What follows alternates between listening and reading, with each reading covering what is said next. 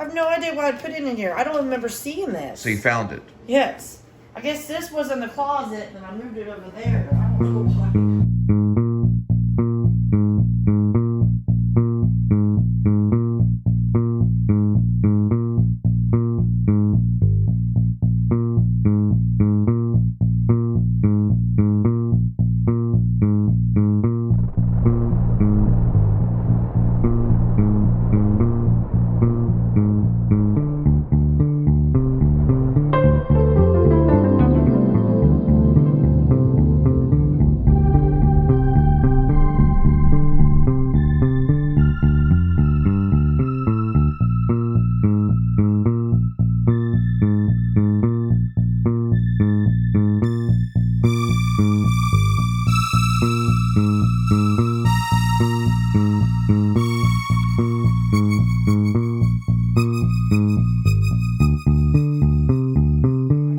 Portrait orientation lock is on. Shh. Portrait orientation lock is on. That's portrait orientation lock on. Portrait orientation lock off. Portrait orientation lock off. Portrait orientation lock off. Today, I had to send my photography in to my insurance company about the small damage done to my bumper. When they did it, they did not allow me to send it through unless I figured out on my own how to turn off the portrait orientation, which you can have it on or you can have portrait orientation off. I have no idea what that means. If you know, send me information through comment, because I turned it off and it does the exact same thing. Okay, I know the difference between portrait and landscape, but I do not know what portrait orientation does as opposed to portrait orientation off. But I was able to figure it out through Googling it, and I was able to send everything through the app with Farmers Insurance, which is who I use. It just kept asking me, make sure your portrait orientation is off. I turned it off and on, tried it both ways, you know. But I'm going to try something, so. Portrait orientation is now on. Portrait orientation is now on. Portrait orientation lock off. Portrait orientation lock off. So right now, I'm actually in the middle of watching a YouTube post about portrait orientation lock on or portrait orientation lock off. And as you can see, it doesn't really affect the camera, but I'm still watching it and I'm still coming to understand. So I'll be back with you in just a moment. Okay, so the good news is I finally figured it out. I went and swiped from the top right of your phone, which in this case would be over here. I moved it down, and when I moved it down, my settings or whatever, I don't know what you call it, but some kind of screen that looks technical. Okay. Right there in the corner was something that said rotation. It didn't say it, it was a symbol. But when I hit it, it said portrait orientation lock off. Then I went to gallery and I looked at one of my photos and I turned it like that. And lo and behold, in the gallery, that photo turned as well. That meant the portrait orientation was off and it was working. Anyway, whenever you're uploading on Farmers Insurance, you got to make sure that portrait orientation is off. I think that's how they do it, because they have you go to different parts of the car and all this stuff, and they need that to work certainly. So you'd be stuck in the app until you figure that out. So today, I had to go on Google and read and concentrate and find out, wow, I didn't even know that existed. And then I learned about it, turned it off, and boom, I was able to upload everything to Farmers. So I'm still waiting to Farmers Insurance to get back with me on the damage report on my bumper of my car. I just wanted to throw that out there. Okay? And welcome to the Please Subscribe Show. One note on portrait orientation lock on or off. You also cannot be in zoom mode, meaning your phone has to be in standard mode, and then it'll work. Lo and behold, I went through display and found out that my phone was on zoomed, which I left it on.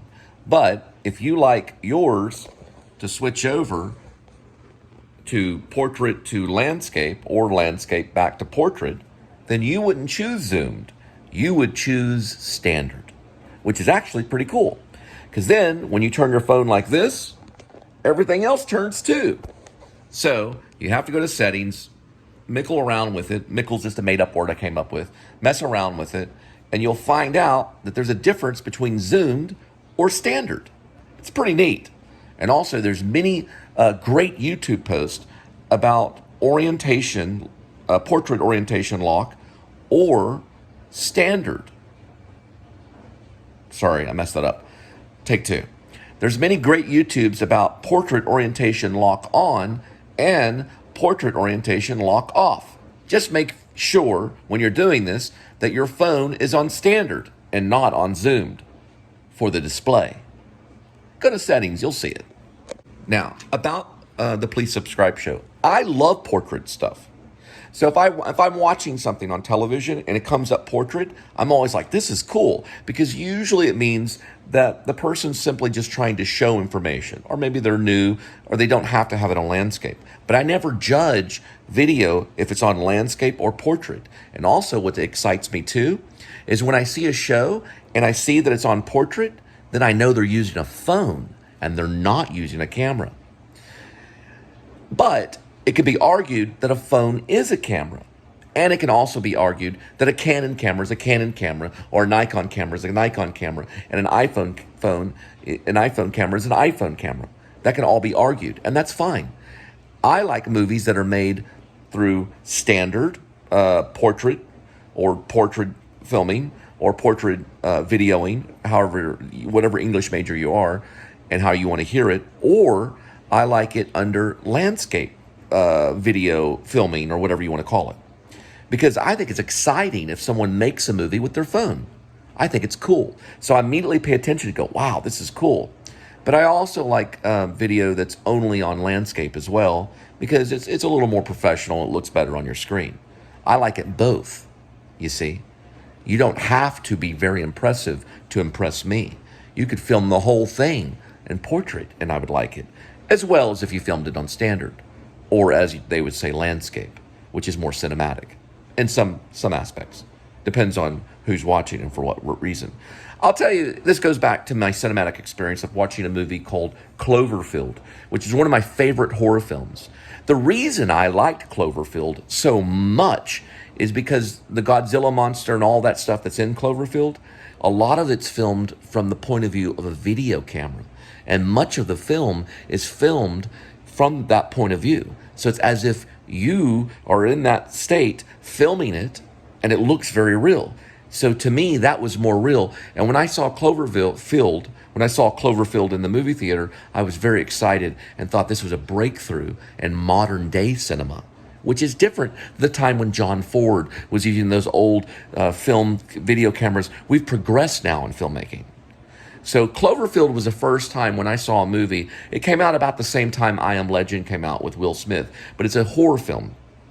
I Am Legend's kind of a horror film too, but this is truly like a Godzilla-style horror film called Cloverfield, and it's great.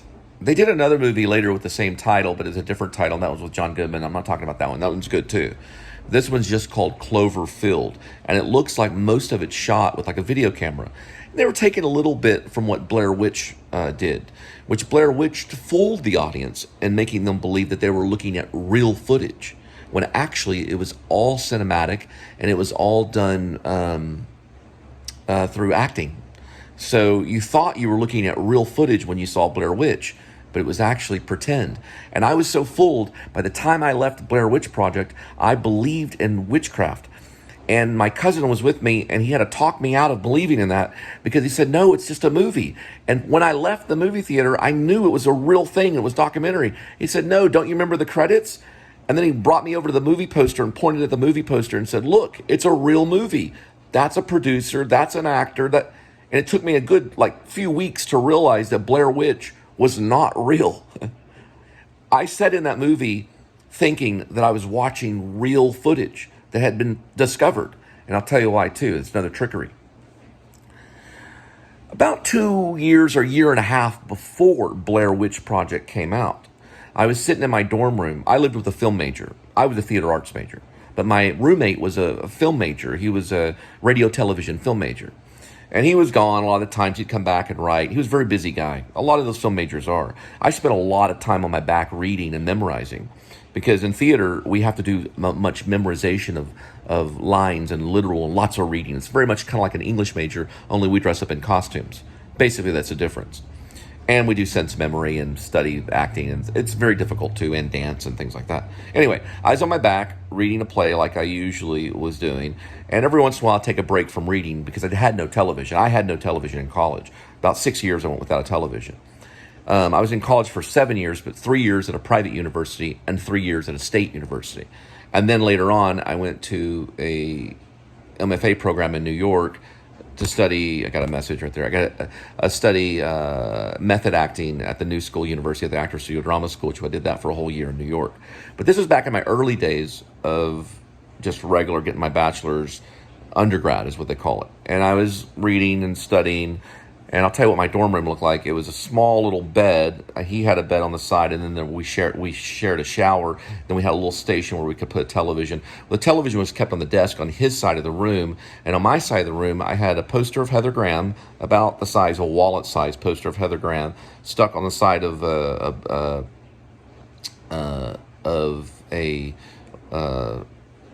it's kind of like almost like a.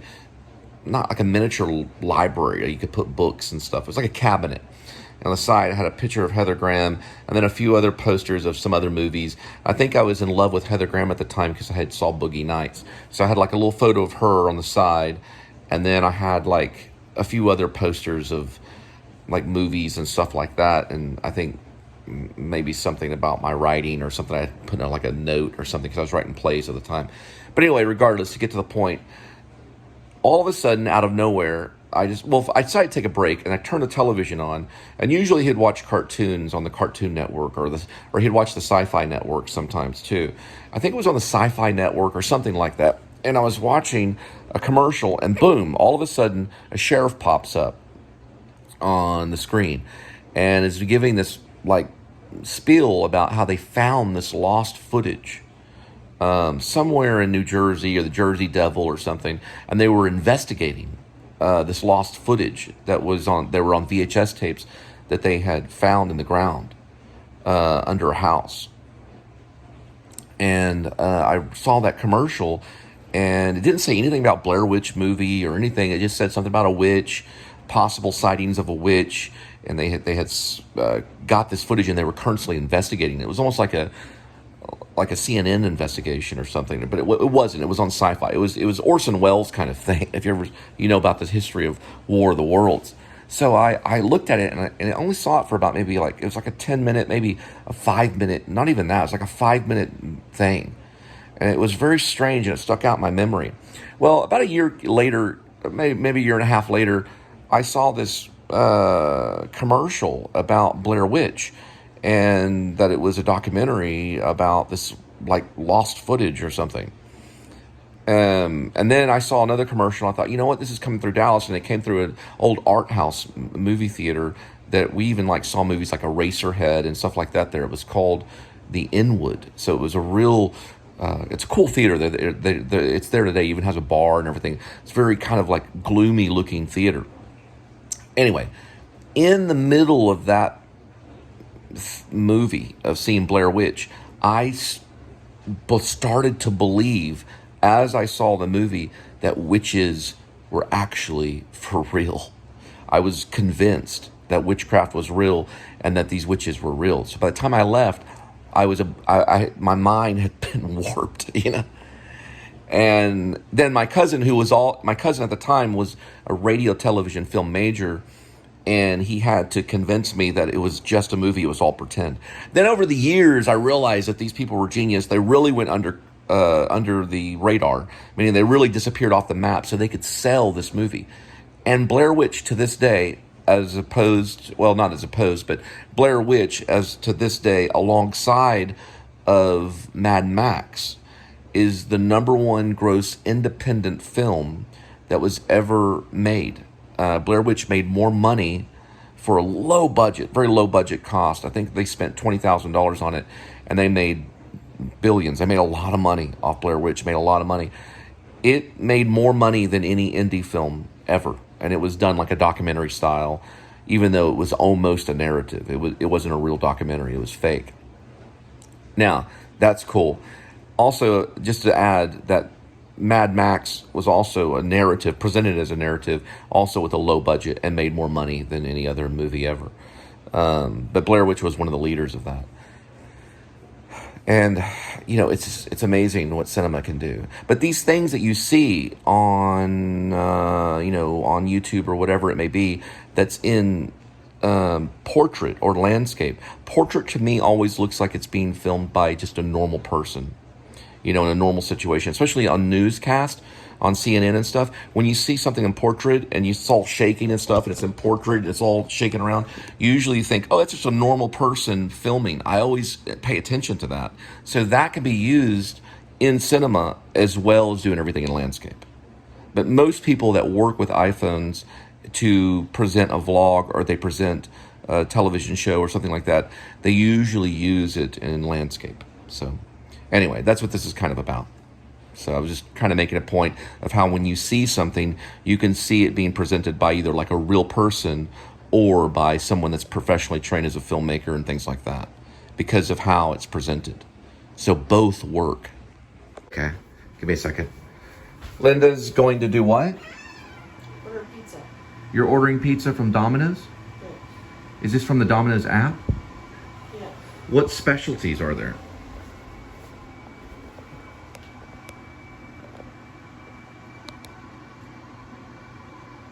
Alright, so we're pretty much getting a large supreme, but they call it extravaganza. Mm-hmm. And we're adding dipping sauce, garlic dipping sauce for 79 cents.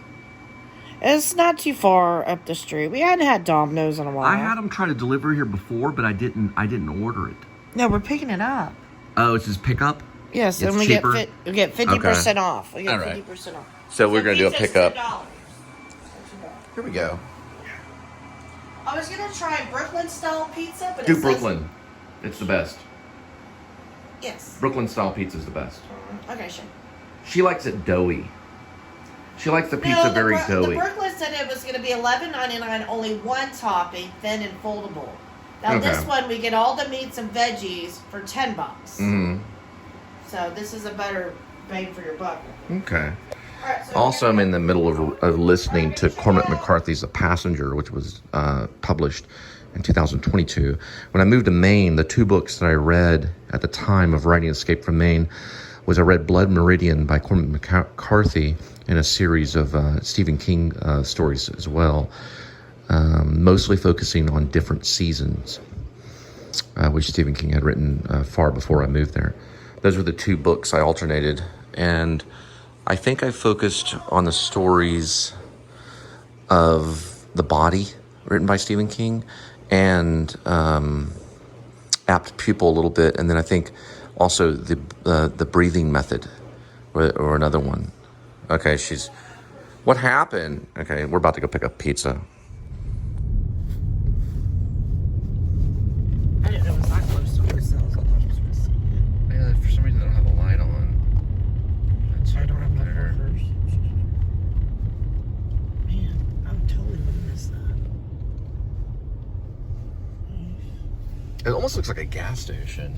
You pull up right here. I think it used to be a gas station. Now it's a pizza place. Yeah, they are hiring. And it is Domino's.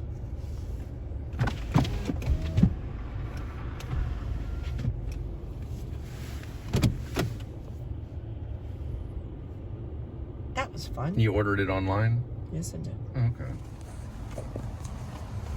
Ow.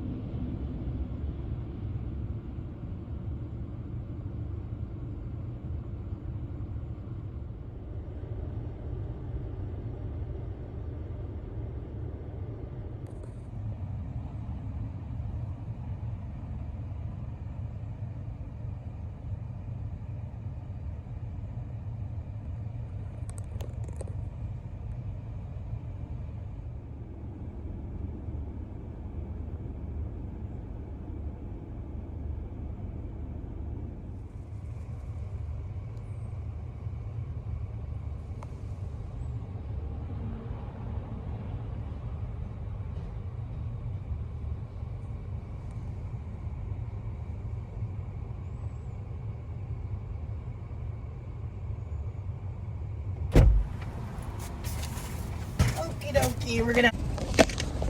Gee, can you go any? All right, so this is what it looks like. Doesn't look too bad. Okay, it's Domino's. Yeah. That looks pretty good. Okay. Got the Domino's, and this used to be a gas station. Cool. I'm gonna get a shot of it. Heat up some sauce. Yeah, I'm gonna get the shot. Not the doctored up. Put some pepper. So that used to be a gas station, and now it's a pizza place. Huh. It's pretty cool. $20 an hour on my plan. And now it's Domino's. Speaking of that, did you give me my change? Yeah, I got my change.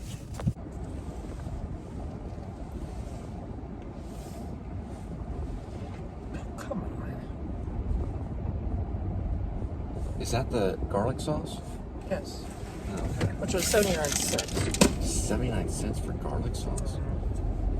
Used to give it to you for free. No, that's Papa John's. Oh, well, it's something different. So just kind of drizzle it. Don't dip it. Drizzle. Yeah, I knew this old chick that I think used to Papa John's, you get 3 for $1.50. Domino's, is that something? work there. Now they have lobsters.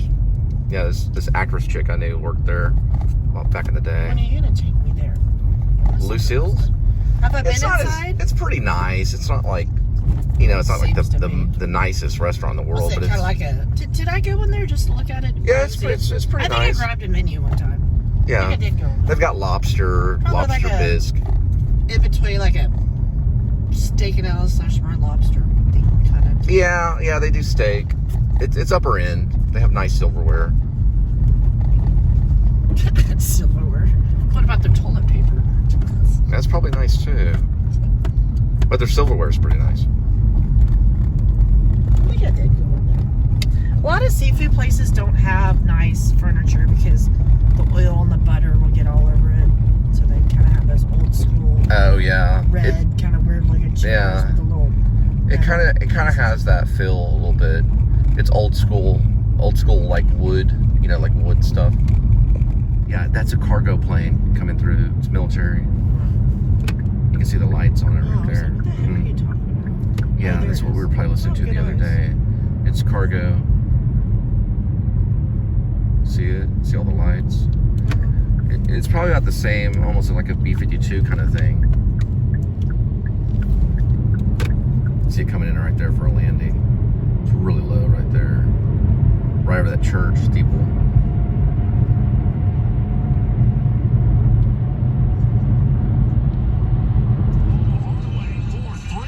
Off the back rim, no good, an offensive rebound to Josh Green. The sword in, the foul line to get that. Damn, it's freaking holiday. Let's get somebody a break. Shh. I know, kitty, hello. Missed you, how are you? Pizza time.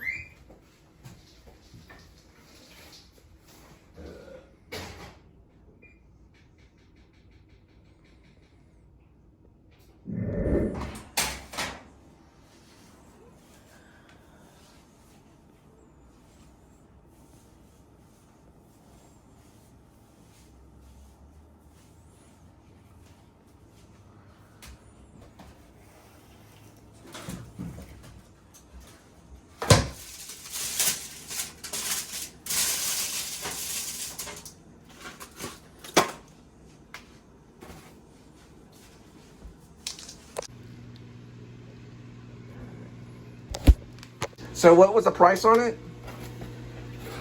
If you order online, it's half off. Mm-hmm.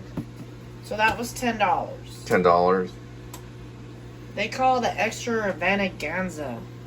Mm-hmm. And it comes in little squares. No, I asked for it to be in squares. Oh, you can ask for it to actually be cut in squares. Correct. Remember, my half, your fingers, my fingers. Okay, sir? Oh, I understand. Okay. And a lot of So which pizza one's my places half? This doesn't half? have... That's yours. Okay. Then what you're saying about pizza places? Most of them don't have ham. That looks like ham. So this is different. It has ham, pepperoni, it has 4 meats, and then mushrooms, peppers, and onions. And you're talking about just like 10 so bucks. So this is considered. Oh, ew. That was on your side. And black olives. So it's like a super supreme pizza, if you want to put link to that. And then you said garlic? There's garlic involved? Yes, remember drizzle. This was 79 cents. Okay, so we have to drizzle I it. didn't ask for this. It's just it popped up on the screen. Would you like to add it? So it sold me a little bit. Okay. See, Domino's is known for those bubbly things for some reason. I remember as a kid we used to eat Domino's and my mom wouldn't eat the crust. She would just eat the top. Yeah. Program. 1 order equals 10 points. 60 points equals a free pizza. Okay, so we're gonna kind of just drizzle it. Okay, is that too much? That's too much. Okay, I didn't know if that was too much. You gotta make it last the whole pizza. Okay. And thank you, Lord, for the food. Thank you, Lord, for the food. Now we eat our Domino's. Correct.